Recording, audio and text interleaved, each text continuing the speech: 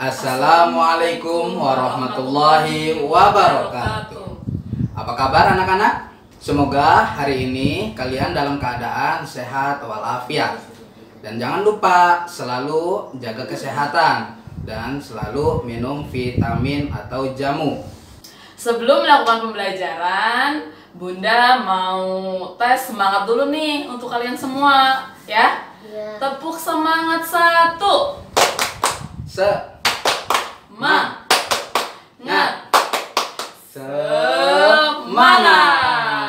Yes.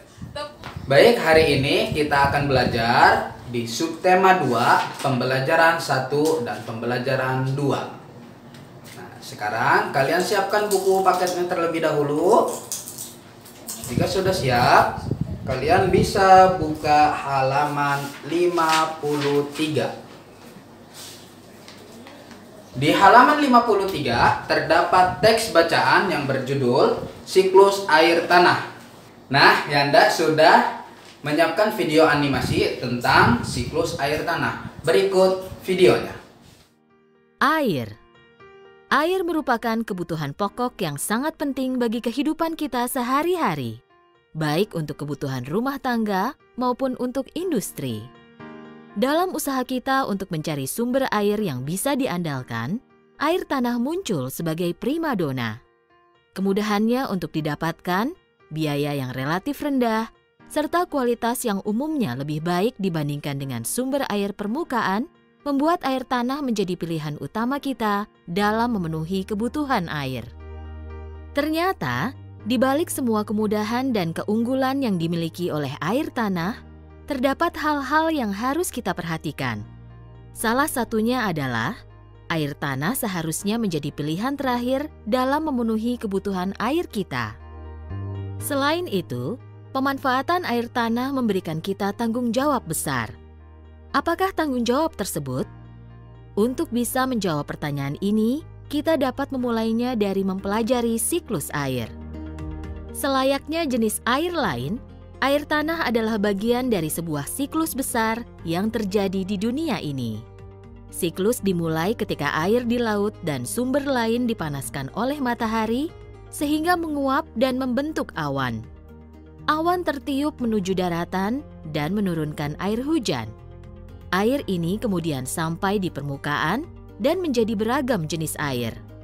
Sebagian mengalir menuju laut dan badan air lain, sedangkan sebagian lagi masuk ke tanah melalui celah dan pori pada tanah dan batuan di titik resapan.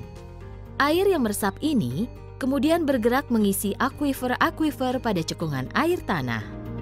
Proses bergeraknya air dari zona resapan menuju zona lepasan pada cekungan air tanah memakan waktu yang sangat lama. Sebagai contoh, air tanah di kota Bandung saat ini berasal dari daerah Bandung Utara ratusan tahun yang lalu. Lamanya waktu yang diperlukan untuk melakukan hal tersebut membuat air tanah menjadi salah satu sumber daya alam yang tidak terbarukan dalam rentang waktu usia manusia. Selain lamanya waktu untuk diperbaharui, kondisi air tanah juga berkaitan erat dengan kondisi lingkungan di sekitarnya. Sebagai contoh, air tanah yang diambil berlebihan dapat menyebabkan penurunan permukaan tanah yang dapat merusak bangunan di atasnya. Sementara zona resapan yang rusak menyebabkan air hujan yang seharusnya meresap menjadi air tanah berubah menjadi banjir yang merugikan kita semua. Melihat besarnya minat penggunaan air tanah, lamanya air tanah diperbaharui, dan keterikatannya dengan kondisi lingkungan sudah menjadi tanggung jawab kita semua untuk melestarikannya, demi memastikan sumber daya ini dapat terus dimanfaatkan kini dan nanti. Caranya adalah melalui proses pengaturan penggunaan dan proses konservasi. Untuk pengaturan penggunaan, pemerintah telah mengeluarkan aturan-aturan yang mengatur pemanfaatan air tanah. Di antaranya, Peraturan Pemerintah Nomor 121 Tahun 2015 yang mengatur tentang pengusahaan sumber daya air. Nah, di dalam video tersebut menjelaskan bagaimana asal mula air berada di dalam tanah. Cara untuk menghemat atau menjaga air di muka bumi ini ada 3 cara. Yang pertama, reboisasi atau penghijauan. Yang kedua, sumur resapan. Nah, yang ketiga, penghematan air. Nah, ini yang sangat penting. Ketika kita mandi, hematlah untuk menggunakan air. Dan juga ketika kita mencuci piring, kumur-kumur, ataupun wudhu. Nah, itu harus menghemat dalam menggunakan air. Selanjutnya, pembelajaran yang kedua akan dilanjutkan oleh Bunda Mira. Oke, Bunda akan melanjutkan pembelajaran 2 halaman 60 dan 61. Di situ ada bacaan yang berjudul pola lantai gerak tari. Bunda mau sedikit menjelaskan pengertian dari pola lantai. Masih ingat nggak apa itu pola lantai? Nah, sekarang Bunda akan sedikit ya menjelaskan pengertian dari pola lantai. Pola lantai adalah pergerakan yang dilakukan dengan cara terstruktur sehingga membentuk pola denah tertentu. Nah, kalian bisa lihat pola lantai itu bermacam-macam. Ada 9 jenis pola lantai. Kalian bisa buka di halaman 62. Di situ ada berbagai macam jenis pola lantai. Setiap tarian memiliki pola lantai yang berbeda-beda.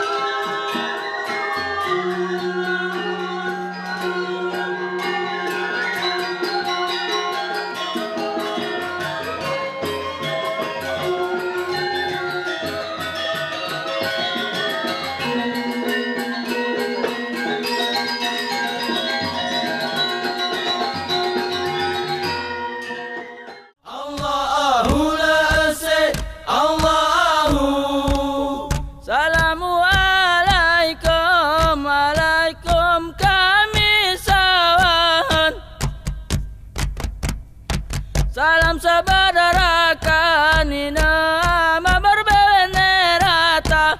Allahu salamu alaikum kami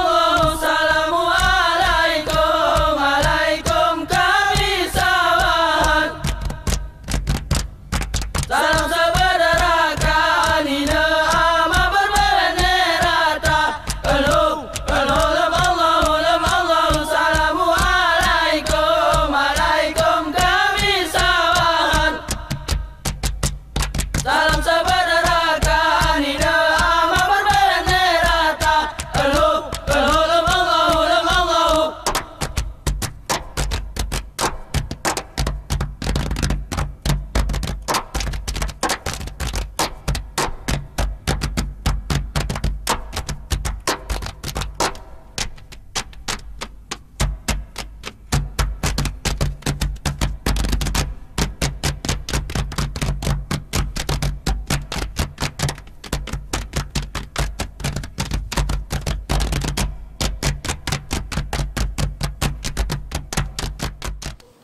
Di halaman 66 terdapat poster siklus air dan bencana kekeringan. Tugas hari ini adalah kalian membuat poster seperti pada contoh yang ada di buku. Sekian pembelajaran hari ini. Jangan lupa tugas yang telah Yanda dan Bunda berikan harus kalian kerjakan. Dan jangan lupa di setiap tugas yang kalian kerjakan diberi tanggal dan hari. Hari Senin tanggal 23 Maret 2020. Sekian pembelajaran untuk hari ini. Wassalamualaikum warahmatullahi wabarakatuh.